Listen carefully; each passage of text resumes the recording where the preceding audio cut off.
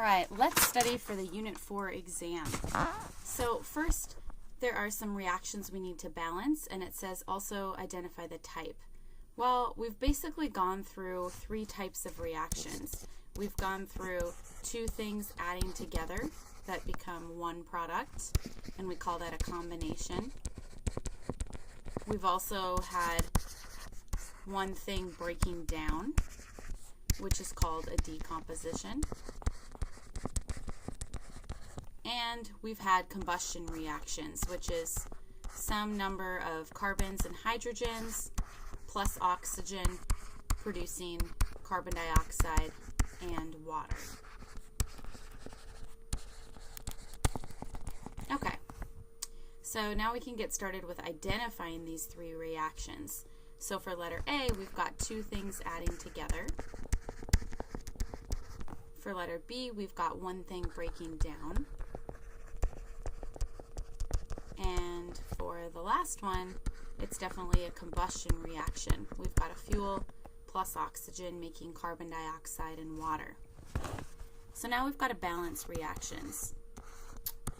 It's helpful to do an atom inventory, although as you continue to get quicker and quicker, you may end up skipping these. So to the left of the arrow, there's one silver, and to the right, there's two. Sulfur's on the left, there's one, and to the right, there's one. So this is not balanced. If I put a 2 in front of my Ag, that fixes my silvers, and now I'm balanced. 2, 2, and 1, 1. Let's take a look at letter B. Aluminums and oxygens. There are 2 aluminums to the left, 1 to the right, 3 oxygens to the left, and 2 to the right. So I always have a tip, try and make odd numbers even. So if I put a 2 in front of that Al2O3, I'm saying there's 2 of this entire molecule. So I've made that odd 3 into an even 6. And now I've got 4 aluminums. But this helps me out because I can put a 4 in front of the aluminum on the right side, and then 3 O2s makes 6. So now I'm balanced. If there are only carbons, hydrogens, and oxygens, it's a good idea to balance in that order. So for starters, we've got 2 carbons on one side, only 1 on the left, 6 and 2 for the hydrogens, 2 oxygens, and then 3 on the right. So we're going to start with the carbons. Put a 2 in front of my CO2 so my carbons match. But now that messed up my oxygens. 2 CO2s, that's 4 oxygens, plus that 1 in the H2O makes 5. But let's stay in order to continue on with the hydrogens. 6 on the left. If I put a 3 in front of my H2O, I've got 6 on the right. But now, if I've got 3 water molecules, that's 3 oxygens, which changes this to 7.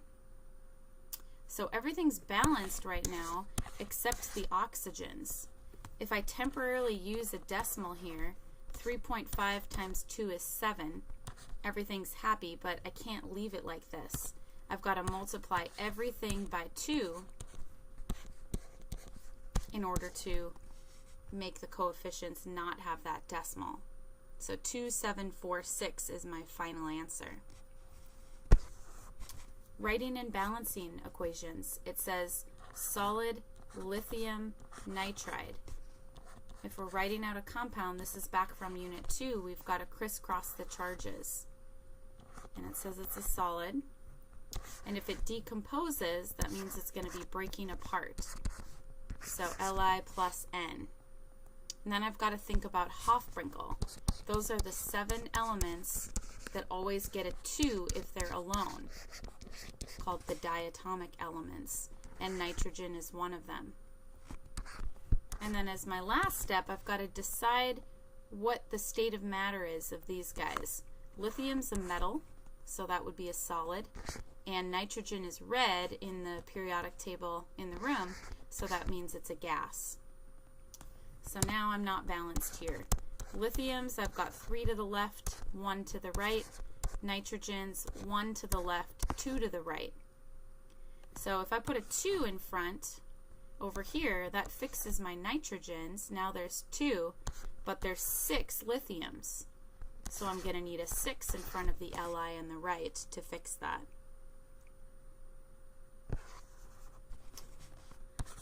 Solid aluminum and oxygen gas, I know oxygen's a diatomic, forms solid aluminum oxide. Aluminum's got a +3 charge, oxygen's a -2, so this becomes Al2O3, and it says it's solid. Now I've got a balance. This is similar to the equation that we've done above. I'm going to make odd numbers even. 2 times 3, that's 6 oxygens and 4 aluminums. And it turns out it's just the reverse of this reaction that we balanced up here. That's why I went through that one a little bit quicker. Alright, draw an energy diagram to show what's happening to energy during the use of a fuel cell to run a fan. Well, I know that that's when we took hydrogen and oxygen and we made water, which released energy. So hydrogen gas and oxygen gas made water, and overall there was this release of energy. So here are the reactants. Here's the product. The activation energy is the amount of energy you've got to put into the reactants to break their bonds. Because if you really go deep on what's happening here, you've got H and H and oxygen and oxygen. For every 2 hydrogens and 1 oxygen, you make over on the right side these 2 H2Os if we're drawing a balanced equation. And so these bonds are breaking and these bonds are forming. And overall that results in that release of energy, which is good because we're using that to power our fuel cell and run our fan. So overall, energy here is released during the reaction. So I wrote a little energy story for this. I'm going to skip over to my answer key. Go up here. I wrote, chemical energy in the reactants is transformed into electrical energy when water is produced, due to the release of energy when the new bonds form. This reaction is therefore exothermic, since energy is released when going from the reactants to the products. Because the electrical energy out is not as much as the potential chemical energy, there's not 100% efficiency. Some of the energy is released as thermal energy or wasted energy. All right. Let's take a look at what we're supposed to do next. It's a combustion reaction energy diagram. So I know it's going to have this shape again. It specifically says it releases -394 kilojoules per mole. And I should specify that negative symbol just means it's a releasing energy versus absorbing. And it says the reactant is carbon, coal, and the product is carbon dioxide. Is the energy required to break the bonds, which would be this amount, greater or less than the energy released upon forming new bonds? So here's all the energy released when new bonds formed. So the energy to break the bonds is less.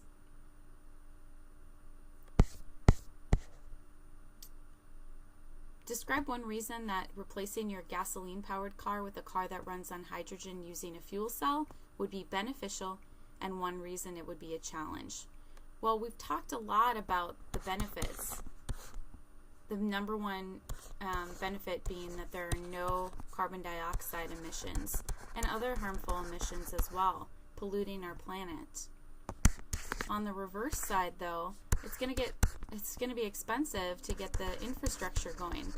Right now we're set up for gasoline pumps, and if you're fueling a car with hydrogen gas, that's going to be completely different as far as the setup goes.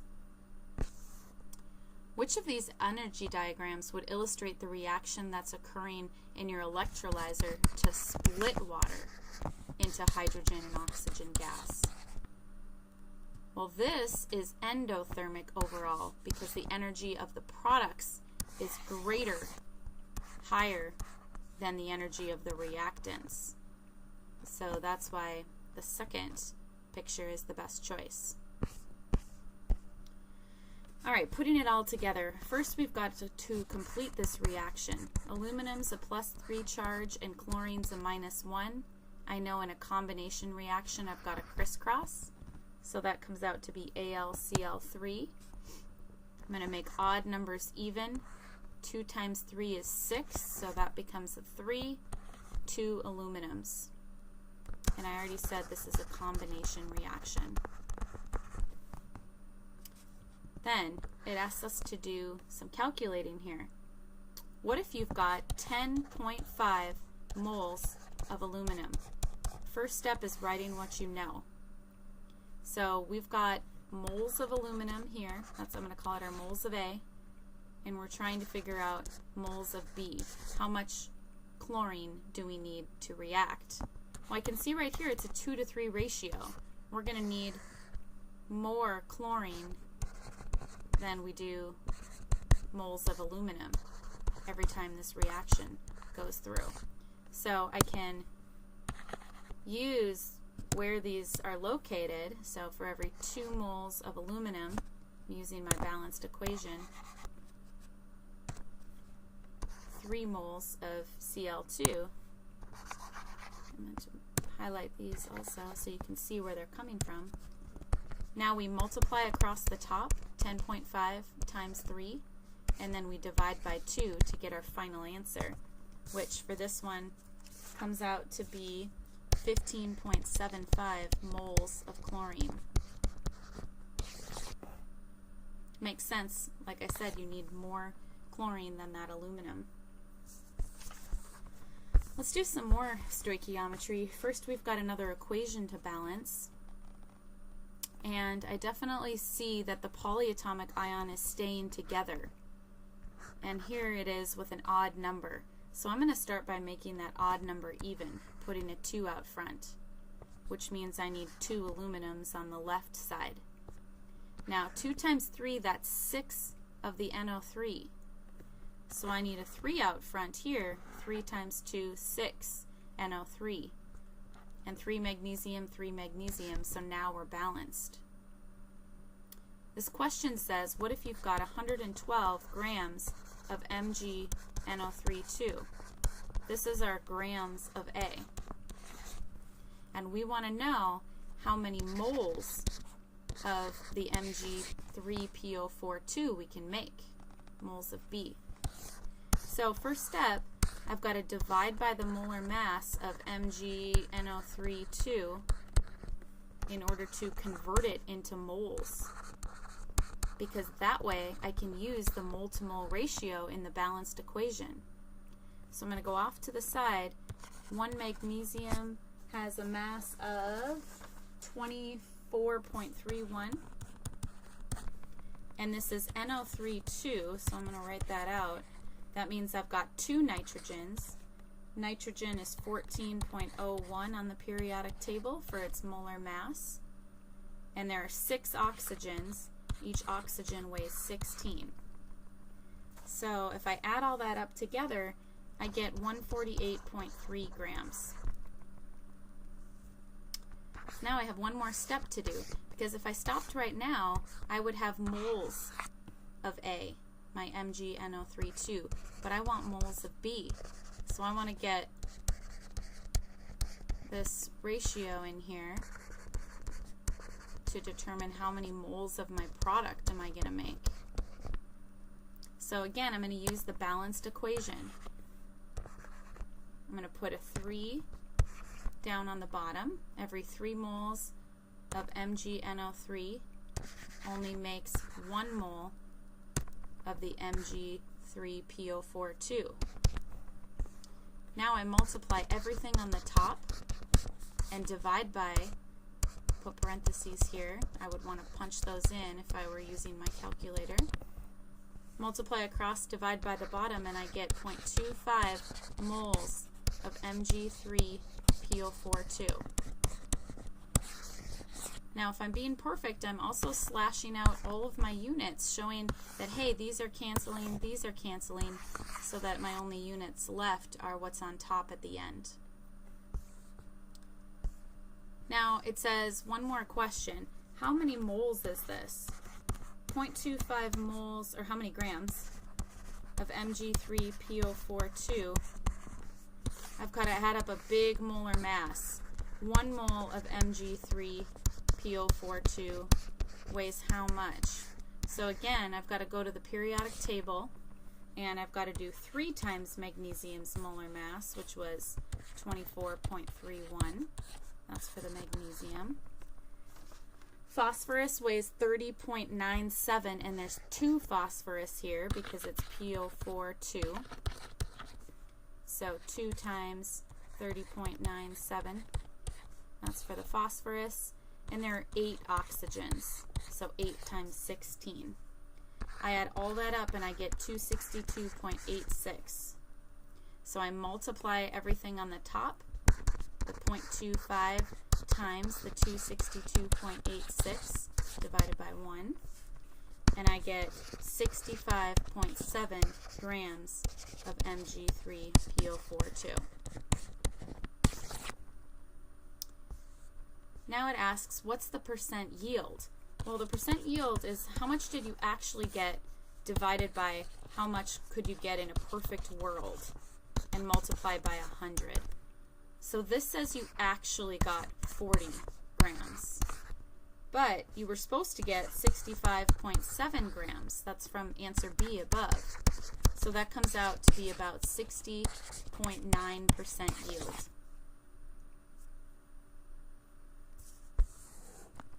All right, last question. So I've got to start with balancing. I've got a polyatomic ion that stays together and another polyatomic ion that stays together. That's good. I see 3 zincs, so I'm going to put a 3 in front of this zinc. I see PO4 2, so I'm going to put a 2 in front of my PO4. And then 2 times 3, that makes 6 potassium. That also makes 6 nitrates, which is good because 3 times 2, 6 nitrates. So everything is balanced. I'm starting with 7 grams of potassium nitrate. That is my grams of A. That's how much I want to make. This question is saying, how many grams of potassium phosphate am I going to need to make this much potassium nitrate? So first step, I've got to divide by the molar mass of KNO3. So like the other questions, I'm going to add that up from the periodic table. So I get 101.1.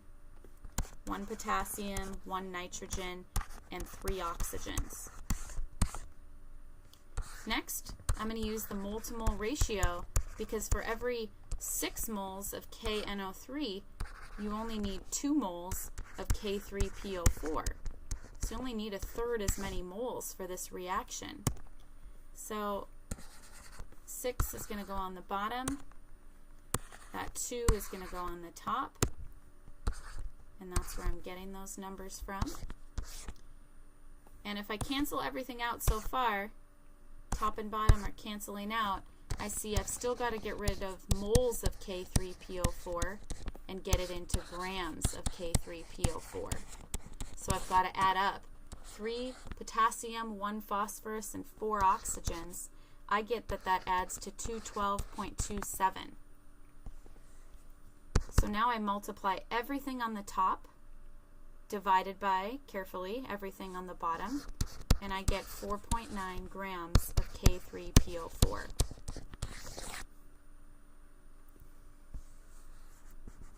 Last question. It says you've got 20 grams of ZnNO3 and I'm going to make the assumption, even though it should say with an excess of potassium phosphate.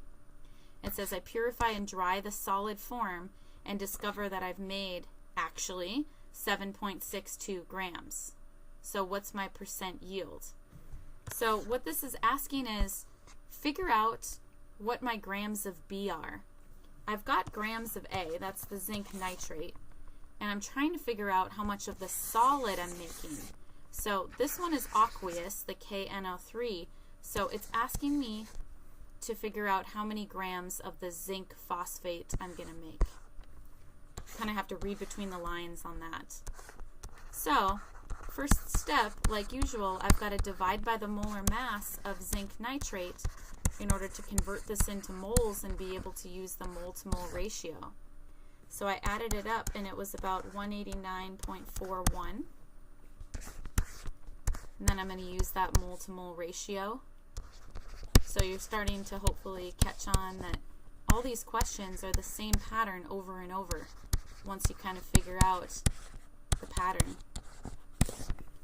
And so here for this one I'm going to use a different color. I'm going to use green for the moles of zinc nitrate and blue, it's just a 1 there. So this becomes a 3 and a 1. And then there's one more step. I've got to get moles of zinc phosphate into grams. So this is a big one to add up. 3 zincs, 2 phosphorus, plus 8 oxygen. It adds up to 386.11. And then I multiply everything on the top. So the 20 times the 1 times the 1 times the 386.11 divided by everything on the bottom, the 189.41 times 3 times 1. Final answer, 13.6 grams of zinc phosphate.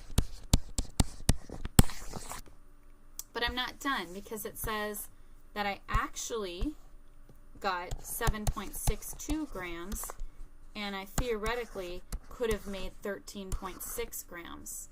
So how did I do? F, 56% yield.